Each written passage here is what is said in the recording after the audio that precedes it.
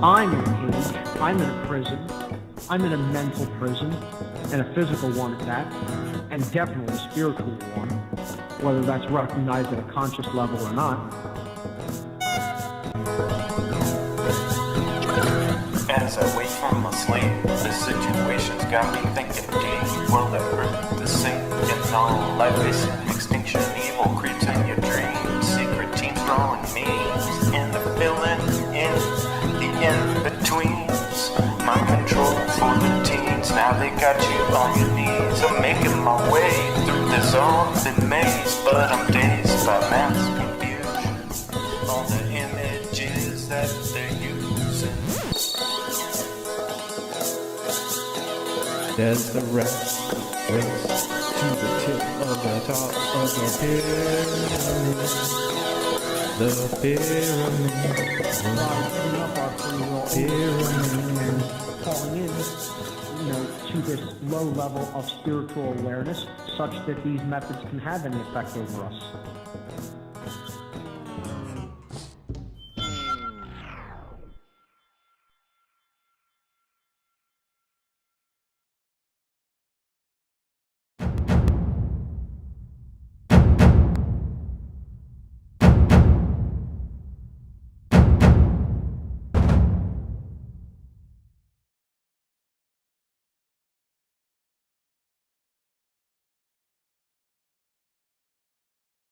We are here once again, another incredible One Great Work Warrior episode, and this is going to be an important one and one that you're not going to want to miss. Today, we are going to be talking about a very serious question, and that is, what is the great work? I think a lot of people, might ask that, and especially when you first start getting into learning about this and discovering it and really digging into it, you might start asking yourself, because you hear a lot of people talk about it, and that is doing the great work. And we thought this would be a great opportunity to address this and dive into it and really break down what the great work is. I'm here with a lot of incredible people. We got all the usual people here. We got Jerry, we got Chris, we got Brandon, we got Derek, and who am I missing? So I'm missing somebody here. I know I am. Jim. There we go. Sorry about that, Jim. So anyways, let's dive into this. Chris, let's kick it off with you. Let's dive in. What is the great work? All right. Thanks, Rick. Thanks for being the intro, man. It's good to be here with you guys. It's pretty simple, but what's interesting is I never really heard that term, the one great work, until I came across whatonearthishappening.com with Mark Passio. And now we're all part of this one great work team. And that's kind of why I put out the call for other people that wanted to do this type of work that I love doing, which is, for me, it's all about freedom. Everything's about freedom. I think that's the main aspect to this reality that we're in, is discovering, understanding, feeling freedom. And when we recognize that we're in a world where people are saying freedom isn't free, things are pretty crooked, right? How could something not be what it is? Because we're living in a world where the truth is obscured and occulted and hidden in many ways. And so the average person is just trying to get by. They're just trying to survive. And, I think there's a big difference between being a human that's truly alive and awake and aware, that requires us to have an extra level of responsibility and recognize that not only do our actions affect everybody around us, but everybody around us affects us, and together we all affect reality itself and the outcome of what's going to happen next. And we can also see how the things we've done up to this point have brought about this cause and effect relationship. And these relationships, understanding them, looking at them, and trying to see how we can do them better and improve on them is our life task. And when we start to key into that, we start to recognize there is work to be done.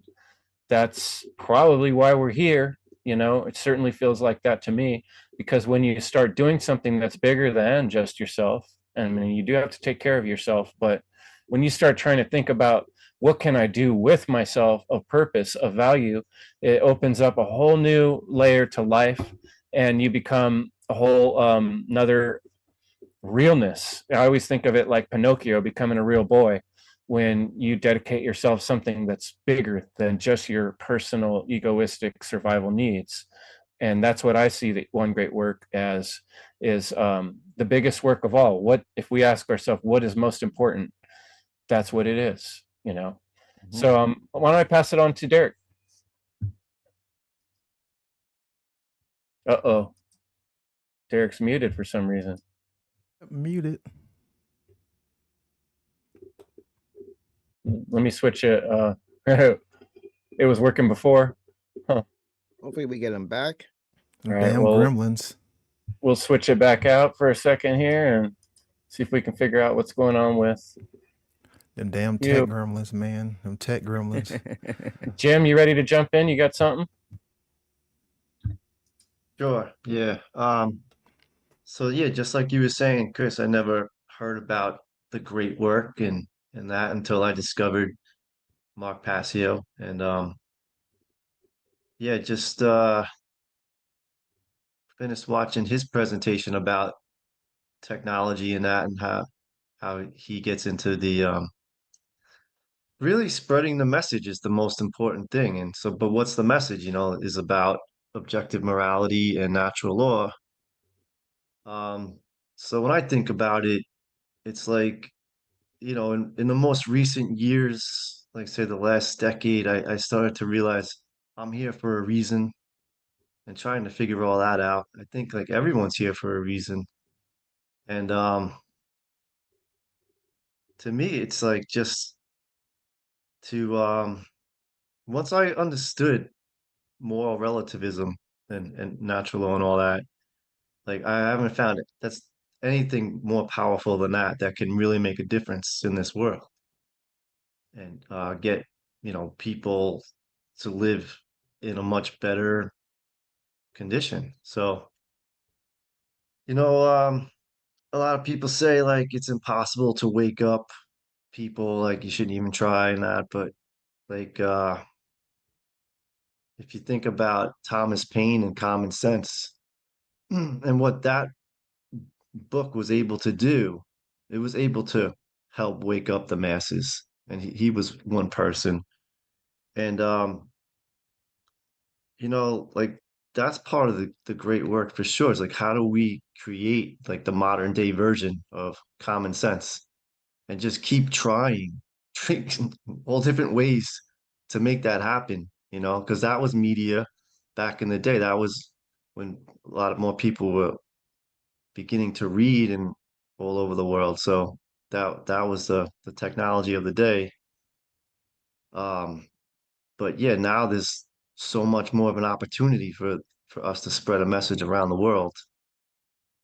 So yeah, I mean, totally, that I'll come at it, from that with, you know, the technological aspect. It's like we want to spread this message. Well, what's the best way to do it, And so, of course, become through literacy, computer literacy, and just learning as much as you can. And that's what I've been up to, and slowly, and I got a long way to go, but I do understand how important that is to for me to learn because it was the a book that sparked the revolution in people's minds to fight against the king that over 200 years ago, but that made such a huge difference in the world. And so how do we create this revolution in people's minds, through it's always going to be through a mass spreading technology.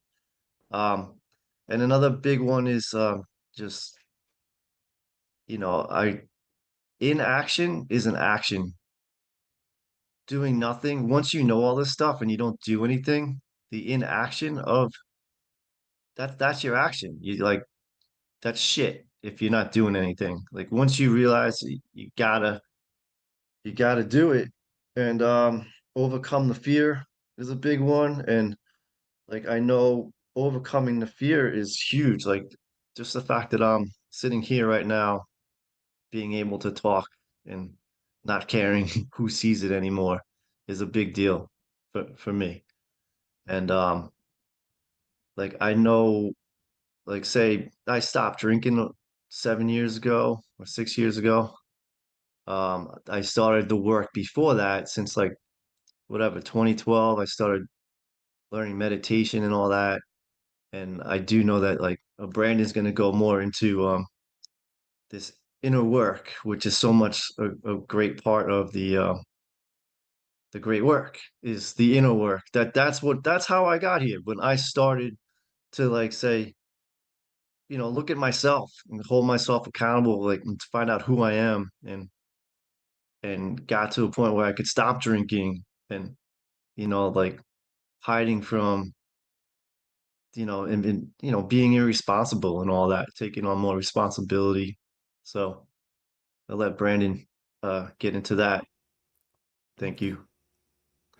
Thank you for that, Jim. And I first heard about this term, the great work, studying the alchemical traditions. And if anyone is not familiar with that, it was about changing base metals or things like lead into gold, and this was symbolic or an allegory for changing one's consciousness, healing one's trauma, and doing the shadow work, because three things that was always involved in the tradition of alchemy, was the lab, or the magician's lab, or the alchemical lab, which was symbolic of the self, the mind, the inner journey. And it was always talking about dissolution, dissolving, purification, and transmutation, because the lead or the base metals was our ignorance, our unconscious, our trauma, our emotional, reactions, us not knowing, and all of the unconscious behaviors from negative forms of programming. So the um, um, the hermit or the alchemist was always in the lab purifying, dissolving, mixing, and blending, trying to figure out what works. Well, this was symbolic of doing the inner work, um, breaking down our ego, because to dissolve something means to break down or take it from a solid to a liquid. Then, therefore, if something is being dissolved, it makes it easier to work with. Then, therefore, when it came to purification, because we do have to use a form of filtration, to weed out certain behaviors, to weed out certain forms of negative influence, to weed out bad behaviors or immoral behaviors, and to also weed out emotional attachments from an egoic standpoint. That was all the things that the alchemical tradition would talk about, weeding out certain behaviors, and coming to understand like, yes, trauma is real and we have all have been traumatized, but you can learn to heal. And then that's when you had the transmutation, part is, even though you may have been wounded, even though you may have been fractured, you know, the human mind has a lot of plasticity to it. So it can bounce back, it can be stretched, it can be remolded. So we needed this form of, transmutation, and have that ego death to be reborn hell again in the realm of the self, in the realm of light, in the realm of knowledge, in the, in the understanding of natural law. So that's where they got the term gold, because gold was always symbolic and representative of the most high, hell, the sun.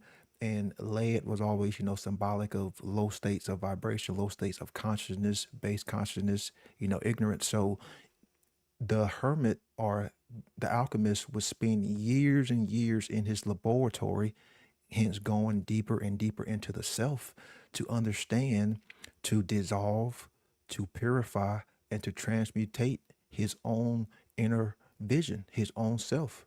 And that's really where the great work starts. Keyword is starts, because you have to do the inner work, start the inner work, and dissolve your own worldviews, dissolve, your egoic attachments, and then start to purify and transmute.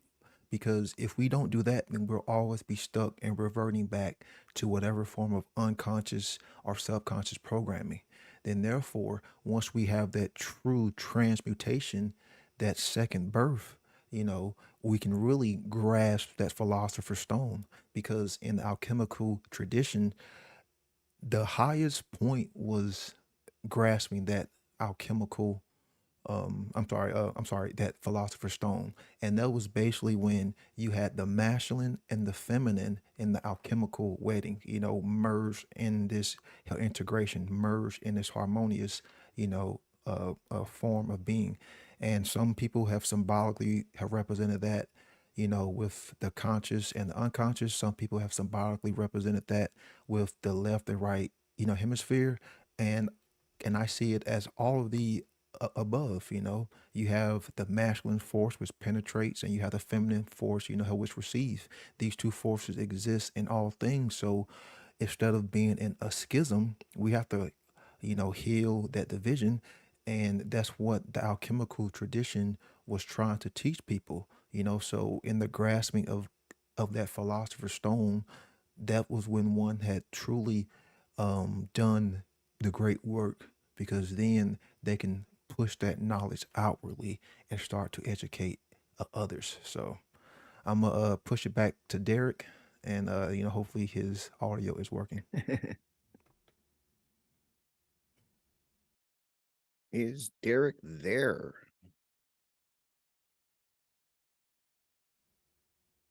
Still no Oh. audio. Ah, Them gremlins, man. Them tech they are. It gremlins. was working perfect. I was kind of impressed. I looked up right before the meeting. I looked up one great work on the internet just to see, if anything would come up. And you find the One Great Work Network, which is awesome. But actually, on Wikipedia, I was kind of surprised. I had a pretty decent description. It says the great work, a term used in Hermeticism and occult traditions, such as Thelema, accomplishing the great work symbolized as the creation of the philosopher's stone, as Brandon just talked about, represents the culmination of the spiritual path, the attainment of enlightenment, and rescue of the human soul from the unconscious forces which bind it. The great work signifies the spiritual path towards self-transcendence in its entirety. This is the process of bringing unconscious complexes into the conscious awareness in order to integrate them back into oneself. Pretty good for That's cool. Wikipedia, I gotta Yeah. say. Yeah. Wow. I'm I didn't surprised. expect that, Yeah, So yeah, it's surprised. pretty cool. Wow. Let me pass it off to Jerry. Jerry, what do you got to say in regards to the one great work and being a one great work warrior? Yeah. There's Derek. He's Derek is back. Oh, my brother, how's it going? Jerry, you're good, man. Well, I want to hear what you have to say, brother. I'll pass it to you. All right. Well, thank you so much. And sorry, I don't know what the hell. Just unplugged and plugged back in the microphone. Everything was good to go. And yeah, part of the great work is, when you're creating whatever kind of you want to be at the top of your game and always looking to, refine and just stay on top, level up and whatever. But yeah, Brandon, I love what you had to say because Jim as well. It definitely always starts from within. And are we going to be the master builders of our own life from the inside outwards? And, what are we going to be projecting in the reality field in our local environments, our families, our friendships, all that stuff? And building that inner temple takes a lot of work. There's, maintenance involved year after year. Just think about any kind of given building or whatever. And yes, the firm foundations of eternal principles, a la natural law, cosmic law, universal law, a lot of things that have been, not going to get into semantics, but y'all already know already. But the two pillars that are really going to be, the base of everything is that holy matrimony, alchemical wedding, like Brandon said, of the divine feminine, masculine. And over time, sometimes, these pillars can be, leaning to whatever, and we got to just keep our stuff in check and do that inner work all the time. It's a daily operation, like I like to say, and just holding firm on principles and, you know, keeping that balance between the two pillars and holding them upright, right? Because yeah, I brought this subject up, and yeah, one great work warriors, and like people might be like, well, what these guys about, like, you know, all this stuff, and like what kind of work is so great about them, or what, you know, like people can make up whatever they want to in their minds if they're not familiar with certain concepts. So I thought that you know, talking about the great work would be, you know, and y'all already, you know, kind of confirmed that, yeah, oh shit, we should have done that towards the beginning, but you know, it's all good. And the first segment was great. You know, what is a right? You know, because if we don't know what our rights are, you know, like someone else is going to be taking advantage of our rights in a sense. Kind of like if we don't have control of our mind, then someone else might be manipulating it. And that is why part of that great work is always founded on the first cosmic law principle of mentalism. So getting your right state of mind all the time, that's key. And just being in this collective consciousness, there's so many influences and all types of scattered or fragmented consciousnesses. And y'all were talking about like different forms of media before, and just like we're subjected to so much stuff since we're as soon as we're born, pretty much. And yeah, like whatever statistics there are in regards to like a child nowadays is subjected to umpteen thousand ads per, I want to say, a day now, because things are so ridiculous. But yeah, you know. So Jerry, what's good, brother? Yeah, pretty fucking ridiculous, these ads. I swear to God, dude. Like, I'm gonna count them one day, but it's up there. But I have to say I love what everybody said, what Brandon said, and I'm just thinking of that. What do you call it? The distilling. Like I just think of myself. I'm constantly distilling with information, like a moral relativist, like his point of view, and I have to consider what he's saying. So I consider that a distillation process. But at the end, like we get the gold, and that makes us better. So uh, yeah, I know you wanted me to talk about my time in the military, Chris. I don't know how that fits into this, but yeah, I think what everybody else said are fundamentals, and then maybe we can talk about the output, the reaching others. So yeah, I'll just leave it there for I now. just thought that was such cool alchemy right there of you, you know, kind of going from one extreme to the other. Being like, for my story, I was working at the courthouse when I started listening to Mark Passio's work, and it was so extreme, like I couldn't be there anymore. And that was kind of what I was getting from you when we first started communicating, is like you were still stuck inside of this military and seeing everything going around you and realizing, hey, this isn't me anymore, you know?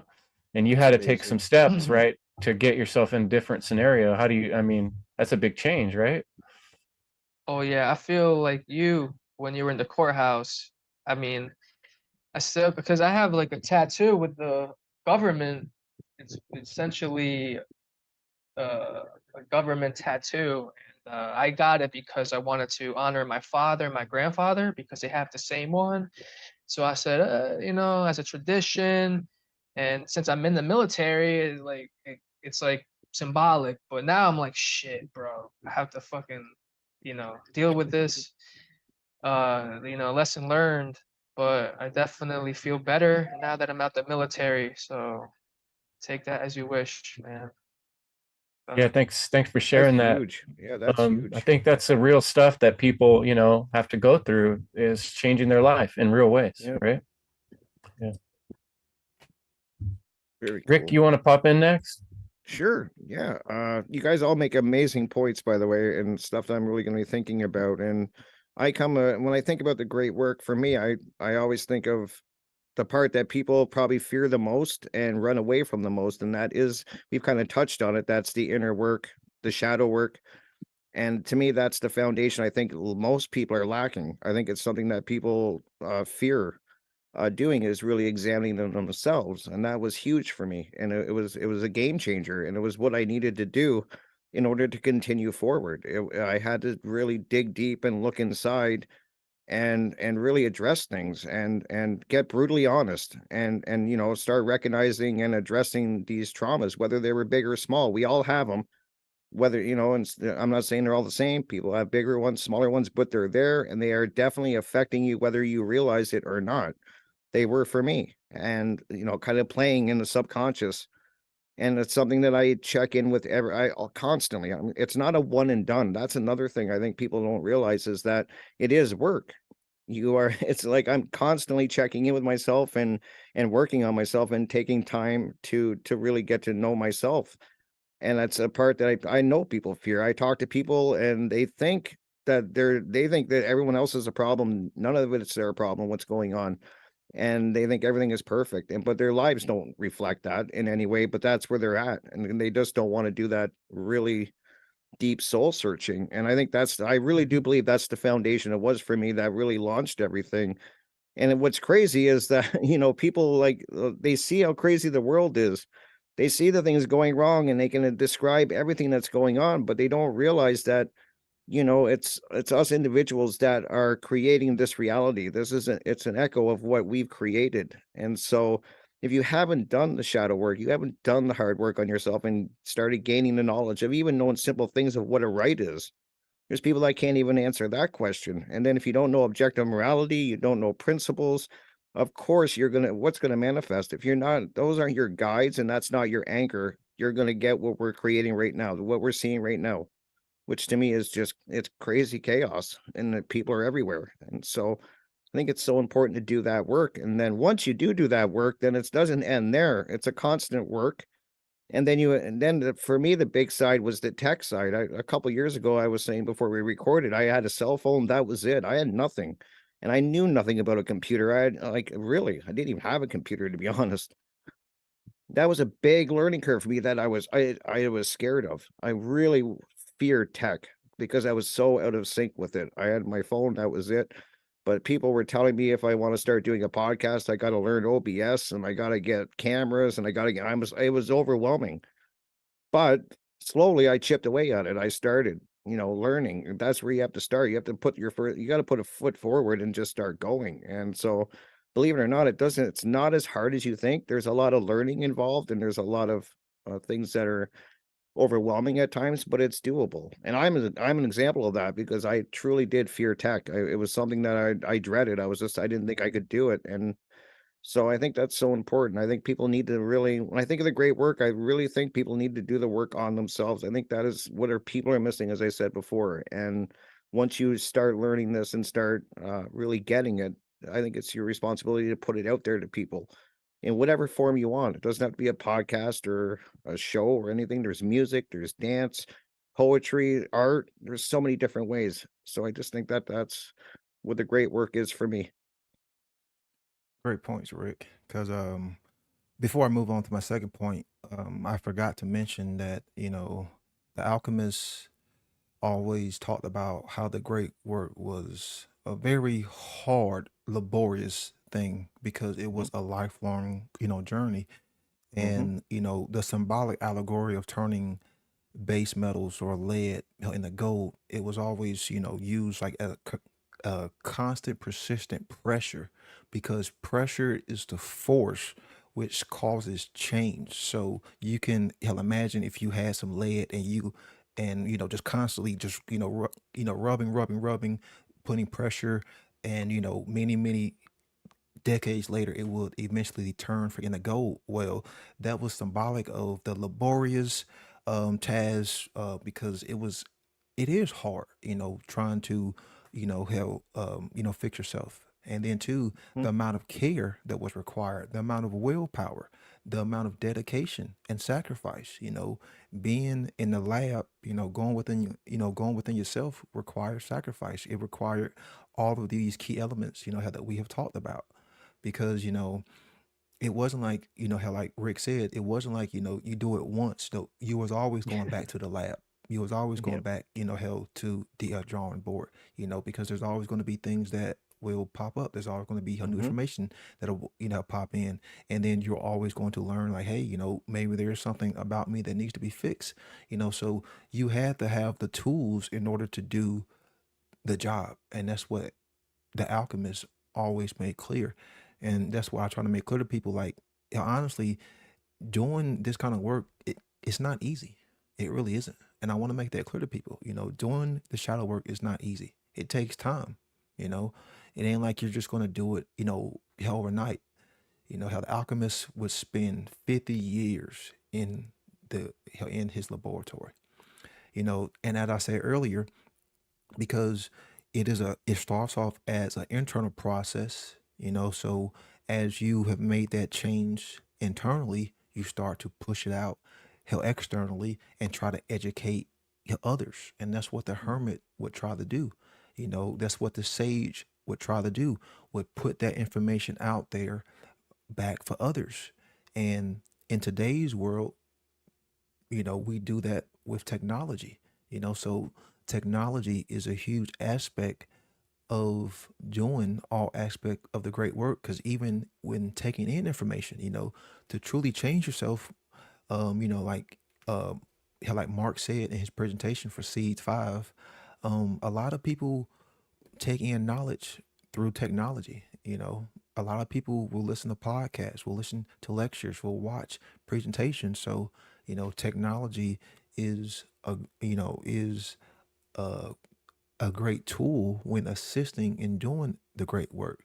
And that's how we spread the information back out there, because what good is it if it's just you, who knows all of this stuff? You want to share this love, it's like a child, how when a child has a toy and he loves it so much, he shows that toy to everybody. Like he will take it and show it to everybody. Well, it's the same thing, hell, if you truly love and care for the truth, you truly love and care for the knowledge, you'll share it and put it back out there for everyone.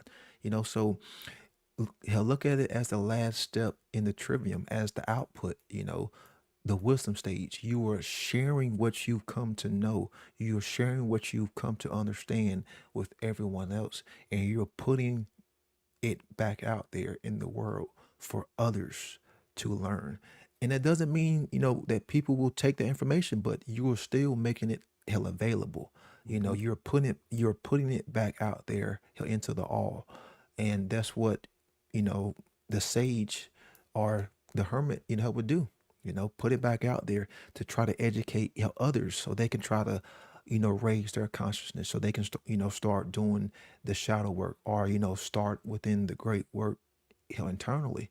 So if people aren't putting the information back out there, then it's kind of like a selfish thing, because who are you to think that you can, hoard all the information? Is that not what the social engineers, like are doing? It's not just good enough to know.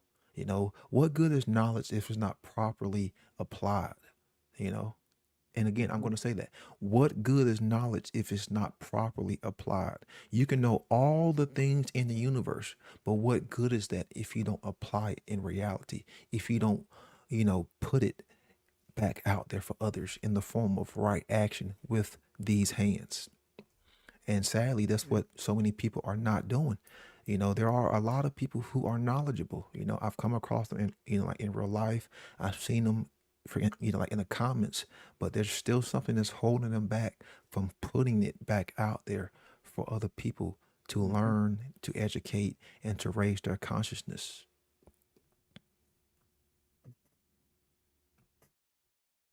Yeah, you made me think of something, Brandon. Like recently, a couple of friends of mine have been talking about like some of the posts that I made, and I asked them, I was like, "Do you like really understand what I'm talking about?" Like, and they do say that they understand it, but then they're like telling me that people aren't ready to hear it, and that's what I think is really part of the great work is even though people aren't ready to hear it, you just keep saying it anyway. Great point. And Yeah.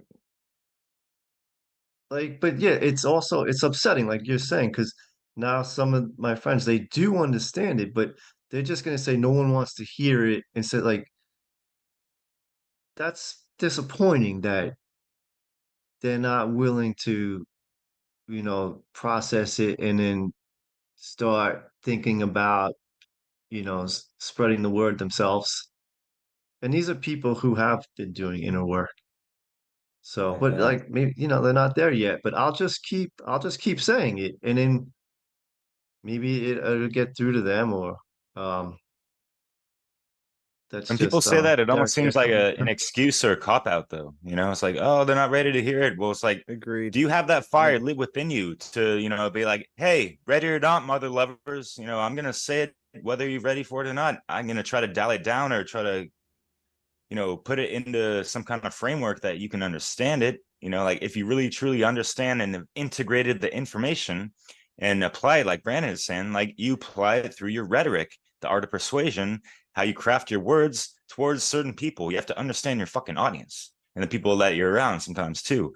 So people that are saying like, oh, I want to say so much, but they're not ready for it. It's like, it's 2023. What the fuck you think is going on?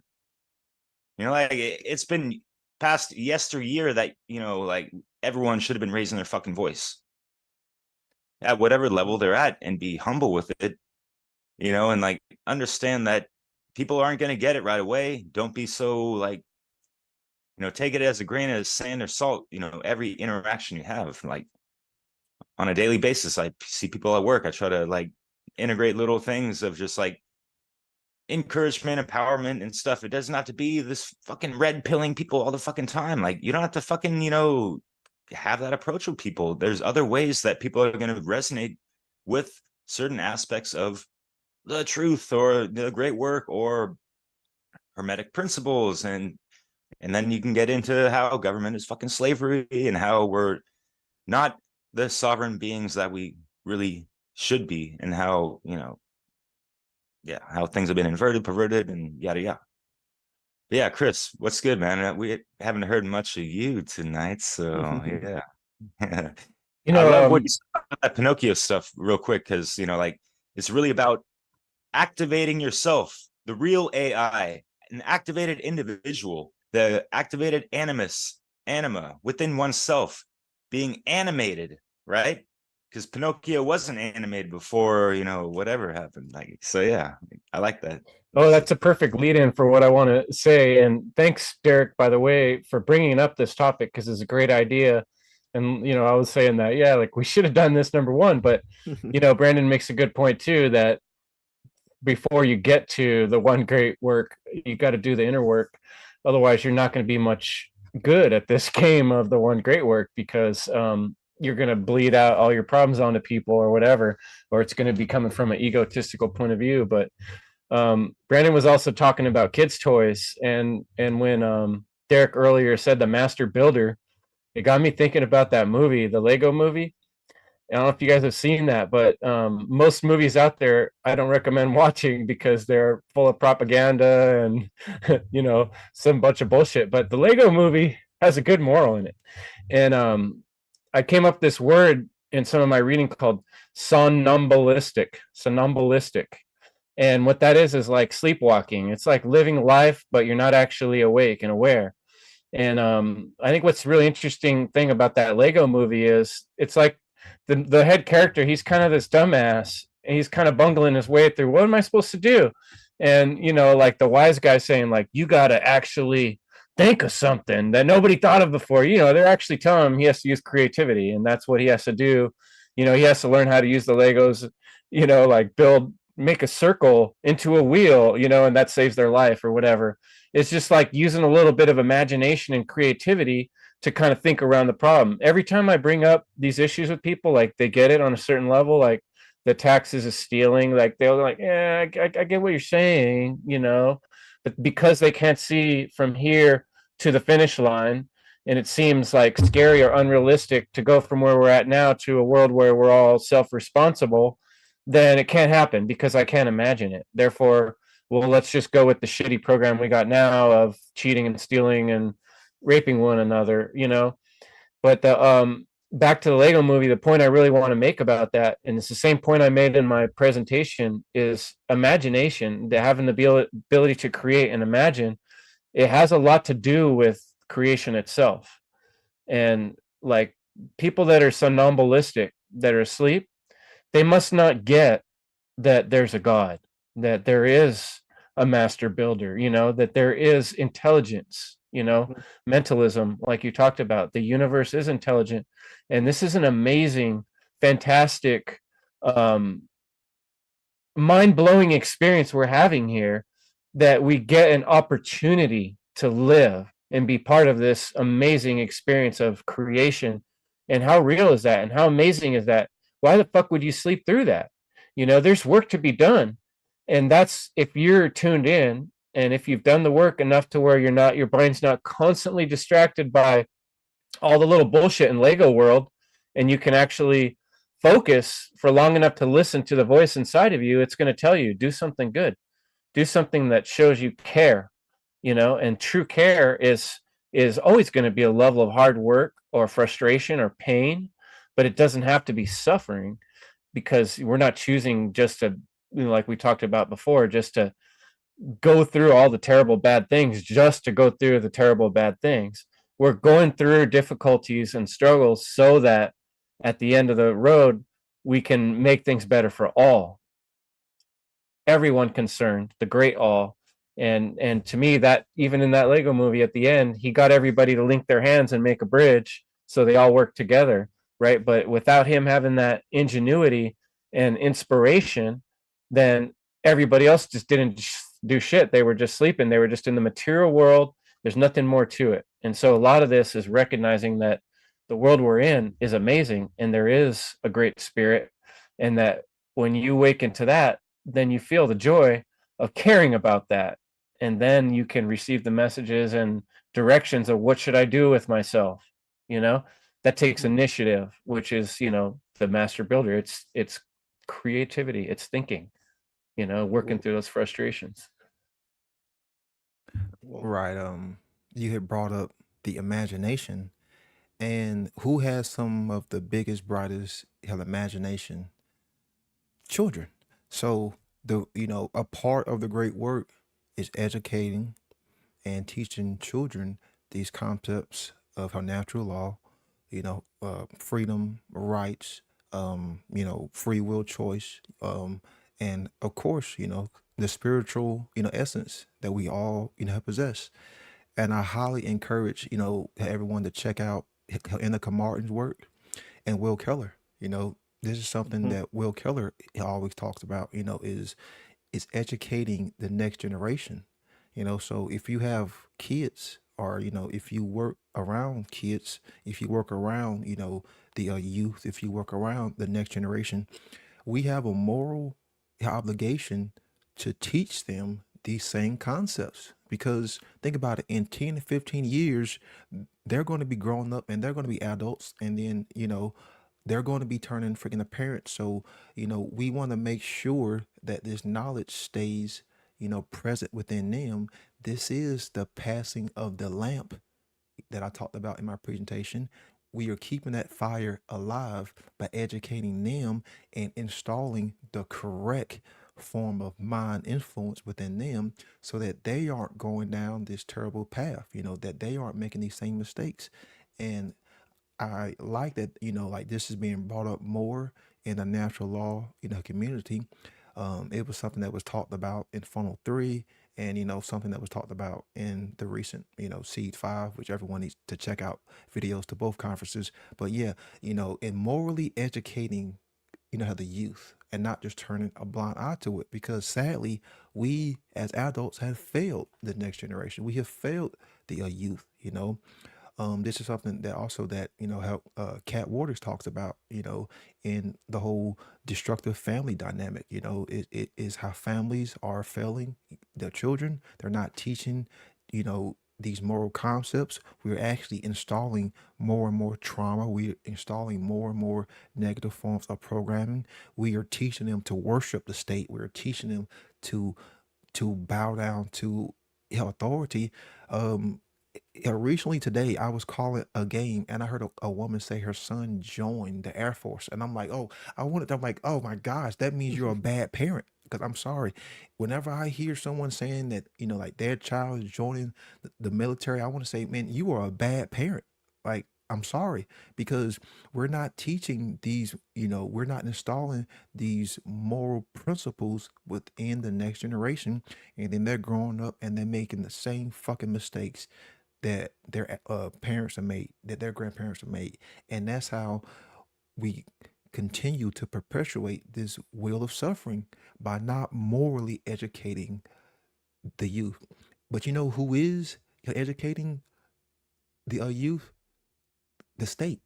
You know, And fucking Disney. yeah, and all these Yep. corporations, they are installing. Jerry called it ads earlier. I like to call it aids. They're installing these aids, these ads, in the use of mind and literally polluting them. They're being polluted with hypersexualization. Obeying authority, not teaching any form of principles, integrity, nothing about truth, nothing about honor, nothing about honesty, nothing about consciousness, and of course, nothing about spirituality, and of course, nothing about objective morality. Because, of course, the state and authority, they all want these concepts to not be present, so therefore they can install their negative programming. So we have a moral obligation as adults to install the correct principles within the youth. And if you have kids, you should be introducing these topics of natural law, freedom, what is not the right, what coercion means, why the state is immoral, and these spiritual concepts. And you can even start getting into, some light occult teachings, because believe it or not, kids can understand a lot more than we give them credit for. And then two, as you are working, these concepts in, you can learn from these kids, how you can learn from the youth, because there is a lot to be gained. And then two, it even creates a deeper bond, hell, with this next generation, because there is a huge disconnect. Well, how do we bridge that gap? We have to start when they are young, man. And I've always said, from as soon as that child is birthed, then that's when you should be start installing these forms of positive programming. And that's why you need to understand these concepts of psychology. You can use the same techniques of mind control for mind influence in a positive way. You can use subliminal messages for in a positive way.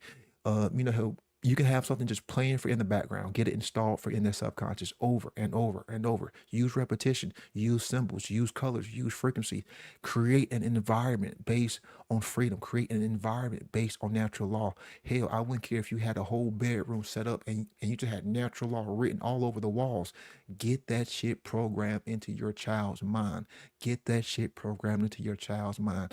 Get that shit programmed into your child's subconscious, because and for years, that's all the child has is the subconscious mind. So why are we not taking advantage of it?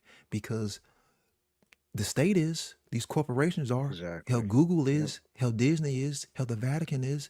So why are we not using these same tools for mind influence? We are actually missing on a great opportunity here. Because if we truly cared and we truly morally educated the next generation, then we can actually start to see some fucking results. But sadly, most people are doing what? Putting their child in front of a tablet, putting their child in front of a television, sending their kid to these state indoctrinated slave camps, installing these, how these same traumatic forms of programming, pushing these hypersexualization hell upon the youth. We are literally failing the youth, man, and it's disgusting. It's disgusting. So yeah, if people want to dive deeper, I highly encourage them check out Will Keller's work. He talks about this in almost every presentation, and check out Inaka Martin's work, because she put out a wonderful book that can be brought about it, teaching the seven hermetic principles in a very, very simple and easy way that even a child can understand. and I have the book. So I highly encourage everyone, if you have children, to check out the book.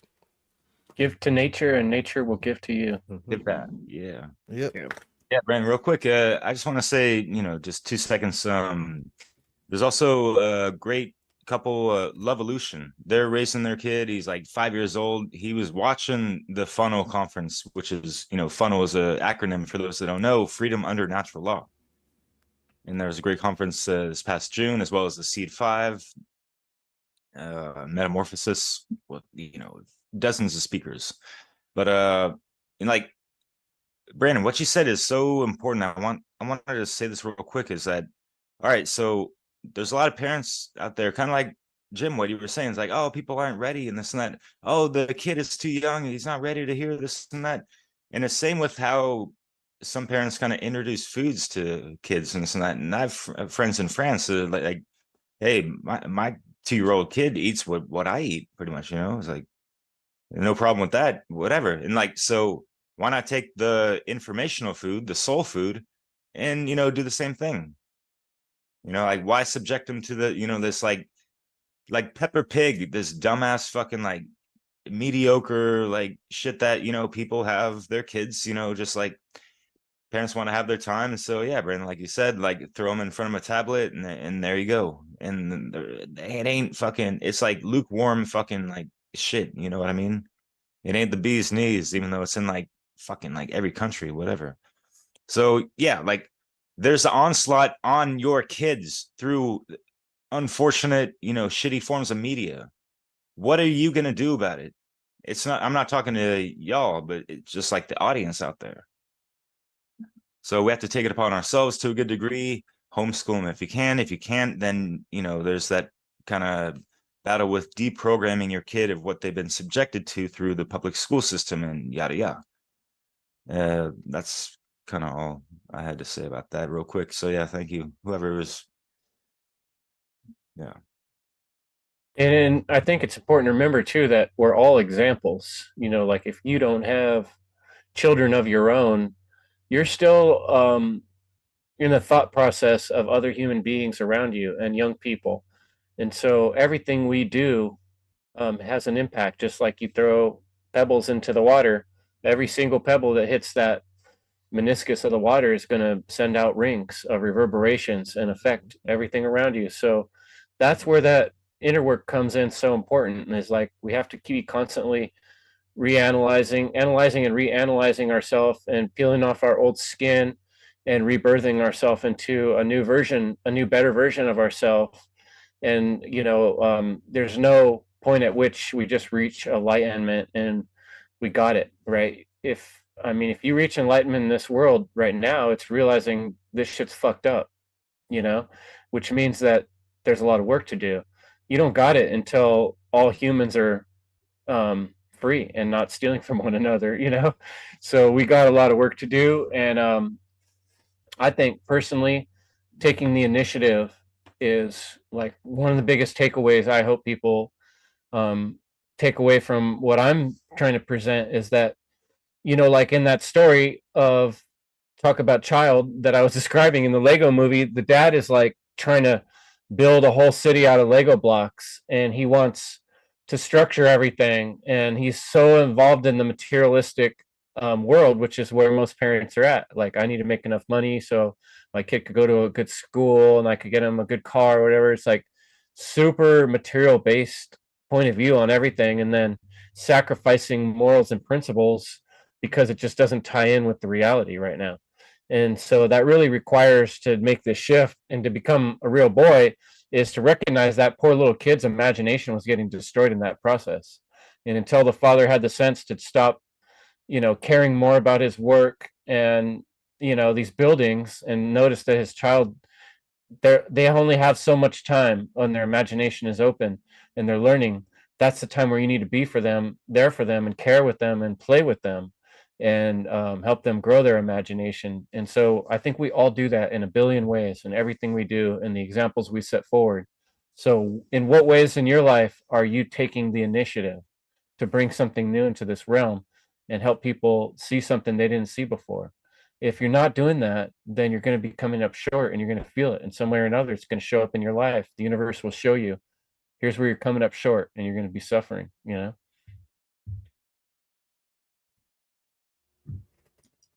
All right.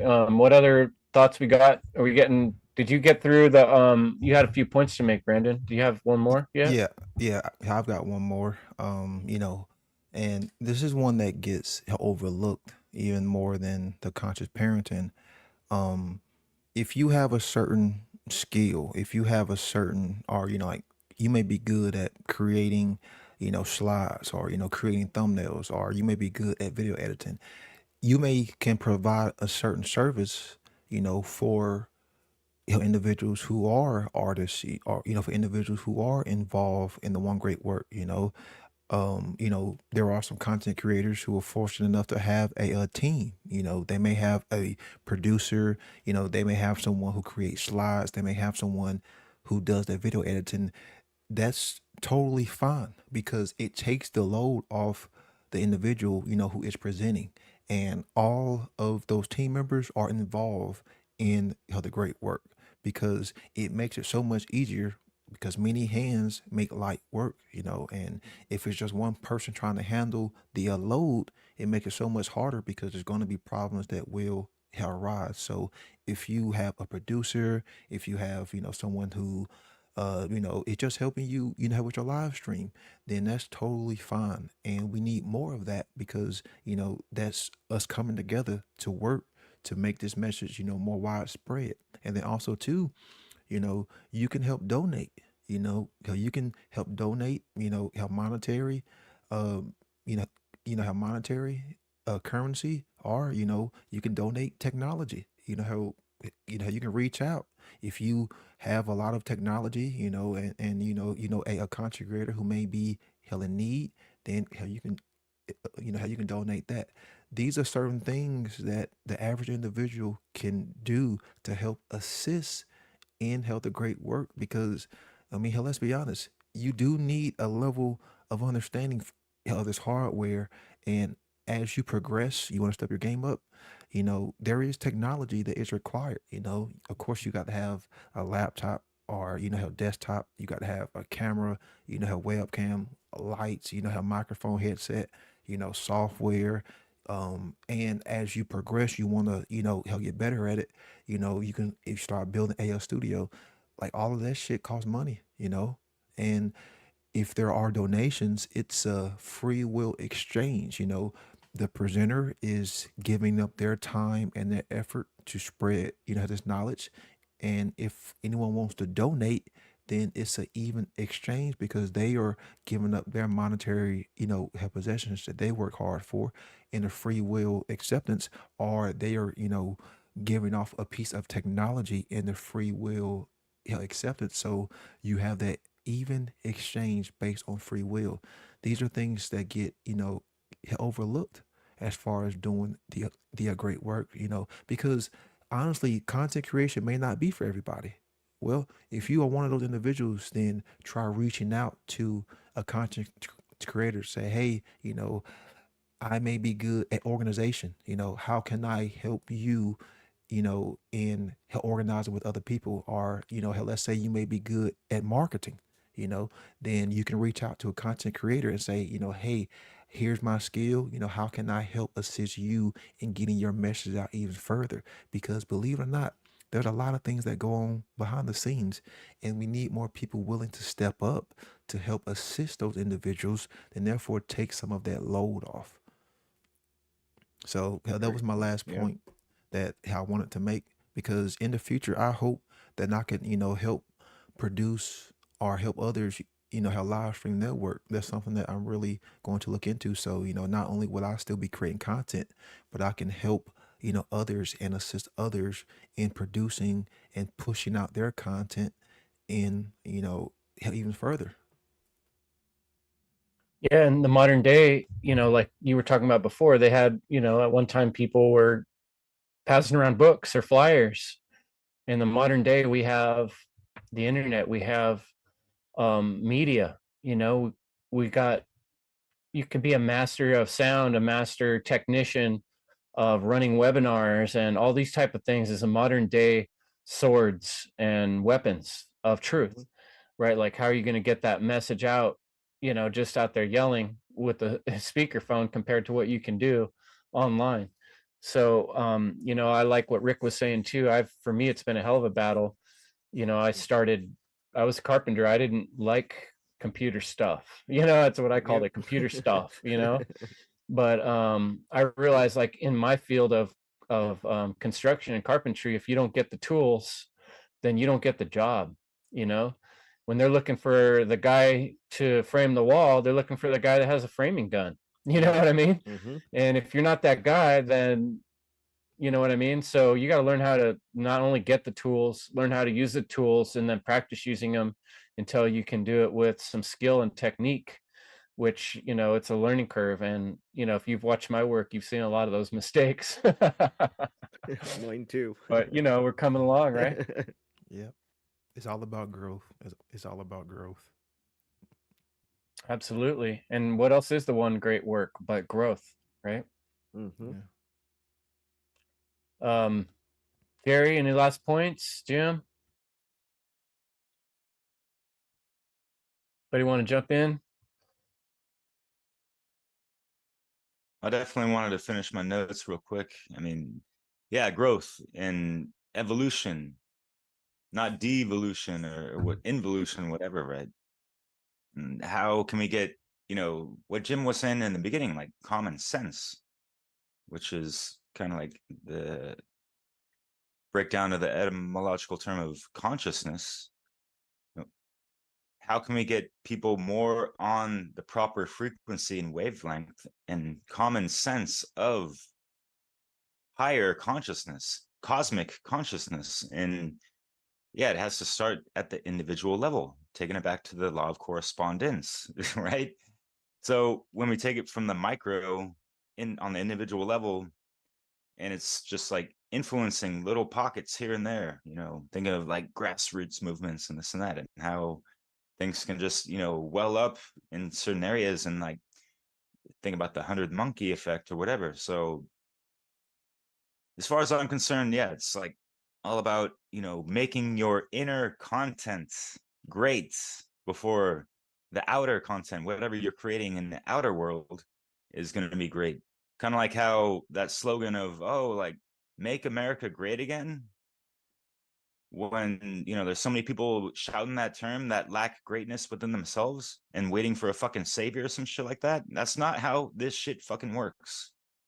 All right. So yeah, it's like, oh, there's so much work going on, like, oh, like, why I gotta be working so hard and shit, like, and it's just a fucking word, work. And like, I don't even take it as like, oh, like an arduous thing, because I've kind of got over that hump of really just doing so much, almost like to a point of like biospiritual regenesis, and like having that cosmic apology, and like recognizing all my faults and all this stuff. And like, people talk about like at the end of their death, like having that flash back of their life and yada yada. I had that like a dozen years ago, and that completely made a fucking frequency shift in my life.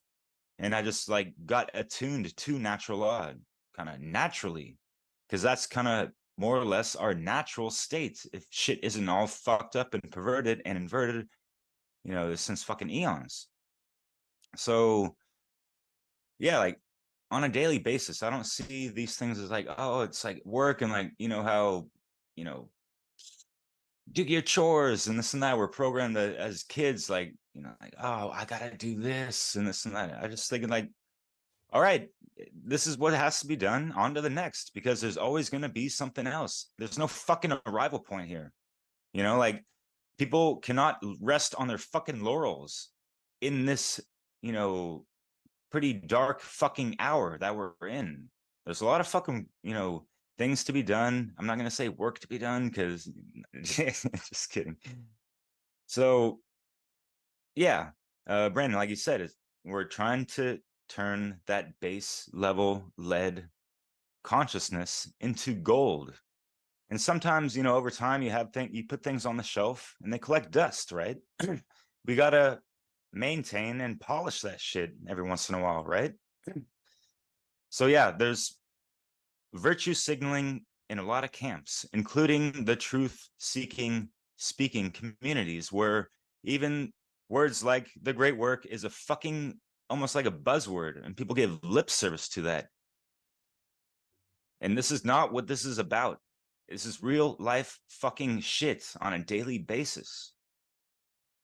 And we all need to, you know, be humbled every now and then. We all need to hold accountability within ourselves and try to bring forth the best version of ourselves as possible.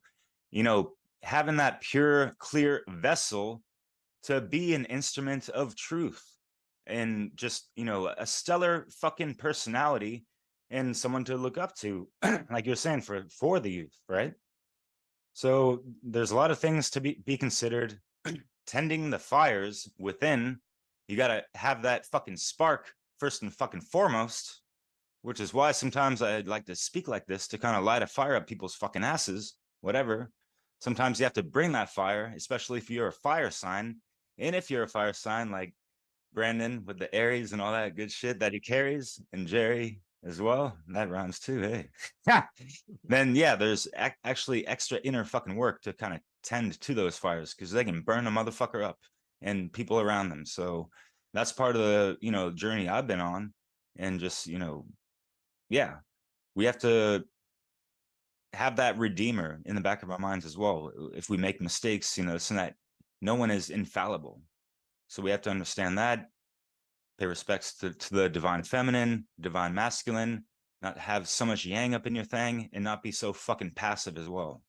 So try to uphold your rights, the truth, with a capital, all caps, you know, and try to spread some kind of joy even throughout the darkness. Be that fucking light. And even one flicker of light, like a candlestick in a room of darkness, yes, the darkness will pay attention to that because it's the only thing that can be fixated in a realm of darkness. So how are you going to maintain your inner flame? Kind of part of the games. Beautiful. Cheers. Yes, and I Like, love how that reflects too Brandon's work with the fire and the everlasting lamp. And you know, the truth is, this fire is burning inside of everyone, and a lot of people are just like I'm saying, that somnambulistic state where it's just being covered up. And if you do that, it'll burn you up from the inside. You know, one way or another, you're going to be burning yourself on the inside if you're not transmuting that fire or putting something out there with it. Especially people that have come to recognize the state of things in this world, and they see the evils and they see the bad things.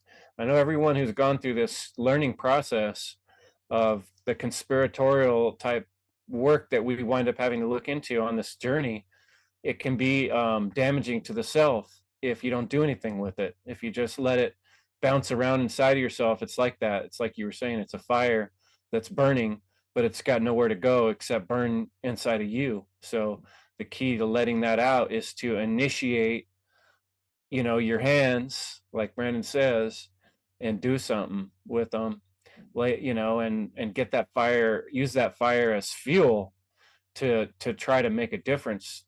Not just try, but do make a difference. So I think we'll end it there unless one of you brave gentlemen want to jump in one last time. Just I think everything was covered. yeah, Great talk.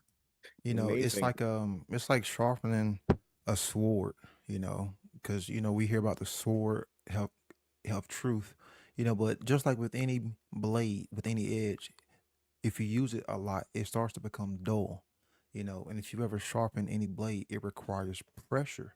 You know, you have to use pressure, you know, because I've sharpened, you know, how many knives you got to, you know, he'll have it at a certain angle and pressure is required. Well, you know, if we're not putting pressure on ourselves to do that interchange, then the universe will eventually put pressure on us by the way of Themis. So I would rather choose the first option and not the latter because regardless of not inevitably we're all are going to be faced and forced to change. It's just the amount of pressure that's going to be, required. Some people are going to require way more pressure, than others.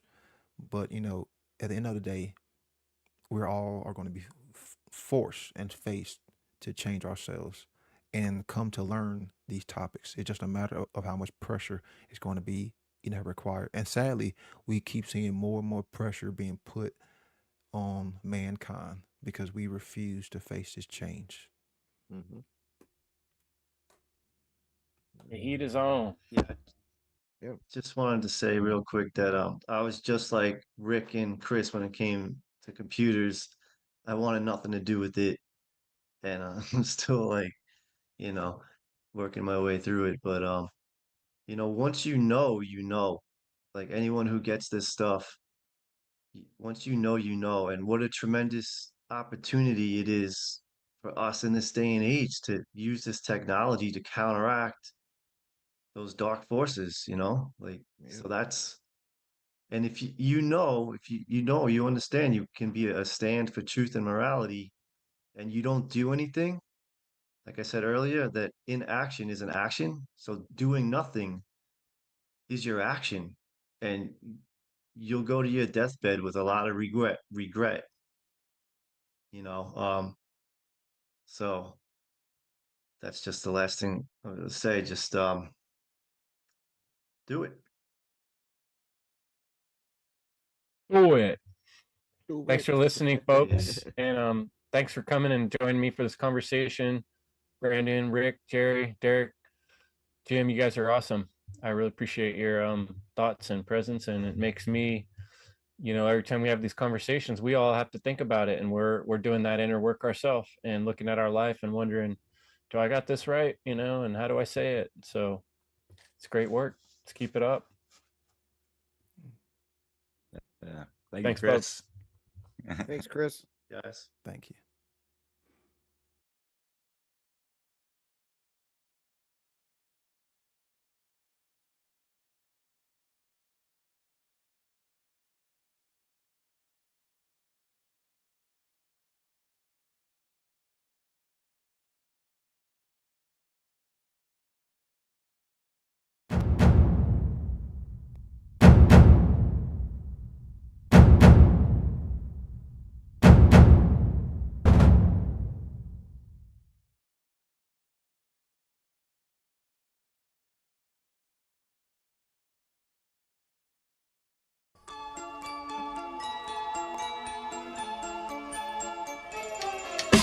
Rat trap.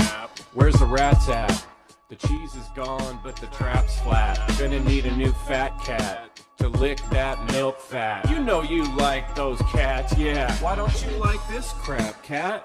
How can we take our life back? Tight ties, the boss flies, you got your fucking hands tied. Why's that? Effects are facts. These fat cats got your paycheck in their backpack. These fat cats got your neck up in their razor deck. They flex. And these feeble mice run. They scatter chatter, don't question. Their toes whisper, never action. These fat cats ain't got no job done. Eliminate the problem. No more robbing. Let's toss them, lob them, clobber all of them, every one. It's the average Joe that's hurting. Just steady working. Stay sleeping, don't be peeking behind that curtain. Lose your socks, shock, cause it's certain these cats just brats, couch mooch surfing. They lurking and smirking. These rats run games, they keep it secret. Family name, got no shame, playing dirty drains. Whack jobs insane, wanna own your brain. Guide your thoughts, screenshots and bots. Scooping out your hopes, sideshow cornhole popes. They laughing folks, we're their jokes. They pull those ropes, it's the fucking rat, son. You got a question. Flip-flap, movie quack, parent trap, truth smack, tarmac, money back, no facts, smoking cracks, Minecraft, life rack, gotta get that loot back. Gotta get that loot back. Gotta get that loot back. Rat trap. Where's the rats at? The cheese is gone, but the trap's flat. We're gonna need a new fat cat to lick that milk fat. Tight ties, the boss flies, you got your fucking hands tied. Why's that? Effects are facts. Those fat cats got your paycheck in their backpack. These fat cats got your neck up in their razor deck, they flex. Flip flap, movie quack, parent trap, truth smack, tarmac, money back, no facts, smoking cracks, Minecraft, life rack, gotta get that loot back. Guide your thoughts, screenshots and bots, scooping out your hopes, sideshow cornhole popes, they're laughing folks, and we're their jokes.